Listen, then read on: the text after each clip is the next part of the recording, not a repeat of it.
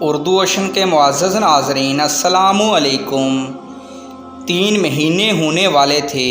علینا اپنے ہم جماعت زاہد کے ساتھ ایک کرائے کے مکان میں رہتی تھی۔ صبح دونوں اکٹھے یونیورسٹی جاتے اور اکٹھے ہی واپس آتے تھے۔ اس سے پہلے وہ اپنی یونیورسٹی کے گرلز ہاسٹل میں رہتی تھی، مگر زاہد کی محبت میں گرفتار ہو کر وہ اس کی بغیر نکاح کی بیوی کا کردار ادا کر رہی تھی، جسے عام زبان میں گرل فرینڈ کہتے ہیں۔ علینا کے والدین نے کبھی سوچا بھی نہ ہوگا کہ جس بیٹی پر وہ بھروسہ کر رہے ہیں وہ انہی کی کمر میں ایک ایسے لڑکے کے لیے خنجر گھونپ رہی ہے جس سے ملے 6 مہینے بھی نہیں ہوئے تھے۔ ہر روز رات کو زاہد کے دوست بھی مکان میں آ جاتے تھے اور علینا، جس نے کبھی اپنے بھائی کو پانی تک نہیں پکڑایا تھا، وہ زاہد کے دوستوں کو سالن، روٹی اور چائے بنا کر دیتی تھی۔ علینا کی کچھ ہم جماعت لڑکیوں نے اس سے سمجھایا بھی تھا کہ اس طرح اپنے ماں باپ کے بھروسے کو نہ توڑو اور اپنی عزت خراب نہ کرو، مگر علینا ان کو یہ کہہ کر خاموش کروا دیتی تھی کہ میری زندگی ہے، تمہیں کیا، میں جو بھی کروں۔ فقط 3 مہینے گزرے تھے کہ علینا امید سے ہو چکی تھی۔ جب اس نے زاہد کو بتایا تو وہ چونک سا گیا۔ زاہد کو یہ سن کر غصہ آ گیا تھا۔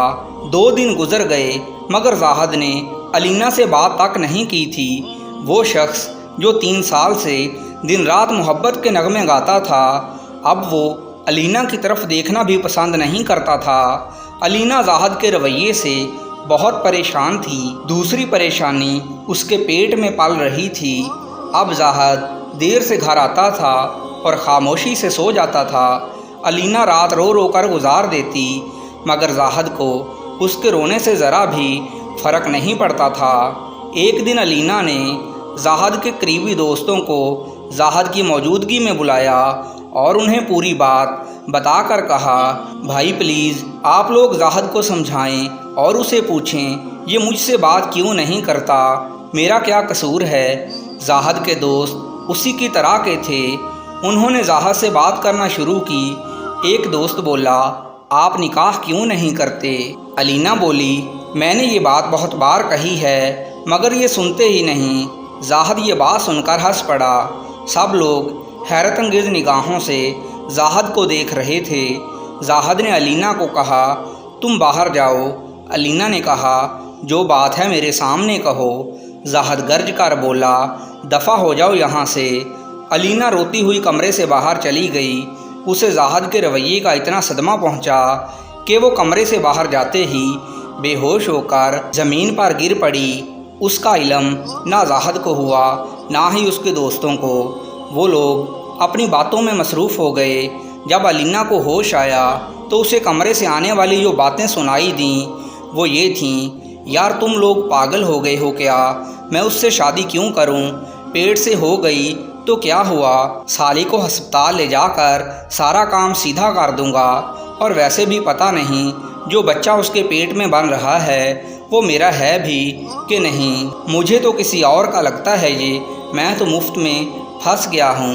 تم لوگ ہی بتاؤ، جو لڑکی اپنے ماں باپ کو دھوکہ دے کر میرے ساتھ سو سکتی ہے وہ مجھے دھوکہ دے کر کسی اور کے ساتھ نہیں سو سکتی کیا؟ کیا پتہ تم میں سے بھی کسی کے ساتھ اس کا چکر چل رہا ہو اور مجھے علم نہ ہو۔ سب مل کر ہنسنے لگے۔ بس 2-3 دن بعد ہسپتال جا کر ابارشن کرواتا ہوں، پھر 1 سال اور مزہ لوں گا، پھر سالی کو بھگا دوں گا۔ اب میرا یہ معیار تو نہیں کہ میں اس جیسی سے شادی کروں۔ چلو مفت کی نوکرانی ملی ہوئی ہے اور تم لوگ زیادہ حاجی نہ بنو، تمہارے کارنامے بھی مجھ سے چھپے ہوئے نہیں ہیں۔ زاہد اور اس کے دوست زور زور سے ہنس رہے تھے۔ اب تو سالی سو رہی ہوگی، کل بستر والی ویڈیو بنا لوں گا، پھر یہ ہم سب کی رکھیل بن کر رہے گی اور ہمارا کچھ نہیں بگاڑ سکے گی۔ علینا کو اپنے کانوں پر یقین نہیں ہو رہا تھا۔ وہ اپنے کمرے میں گئی اور اندر سے لاک کر کے پوری رات اپنی غلطیوں پر روتی رہی۔ صبح 5 بجے زاہد نے دروازہ بجایا۔ علینا نے دروازہ کھولا اور مسکراتے ہوئے چہرے سے زاہد کا استقبال کیا۔ زاہد بھی اپنے بنائے ہوئے پلان پر عمل کرنے کے لیے ہونٹوں پر مسکراہٹ سجائے ہوئے تھا۔ اس نے علینا کو گلے لگایا اور کہا، سب دوست جا چکے ہیں، میں نے تمہارا بہت دل دکھایا ہے، چلو آج سارا حساب برابر کر دیتا ہوں۔ یہ کہہ کر وہ بیڈ پر لیٹ گیا۔ زاہد نے اپنی قمیض اتاری ہوئی تھی کہ علینا نے چاقو اٹھایا اور زاہد کے سینے سے پار کر دیا۔ زاہد چند منٹوں میں ہی تڑپ تڑپ کر مر گیا۔ علینا کی حالت خراب ہو چکی تھی۔ وہ فرش پر لیٹ گئی اور زاروں کی طرح رونے لگی۔ 7 بجے اٹھی، زاہد کی لاش بیڈ پر پڑی تھی، اس کا منہ علینا کی طرف تھا۔ علینا نے حقارت بھری نظروں سے لاش کو دیکھا اور ایک لات ماری۔ زاہد کا منہ دیوار کی طرف مڑ گیا۔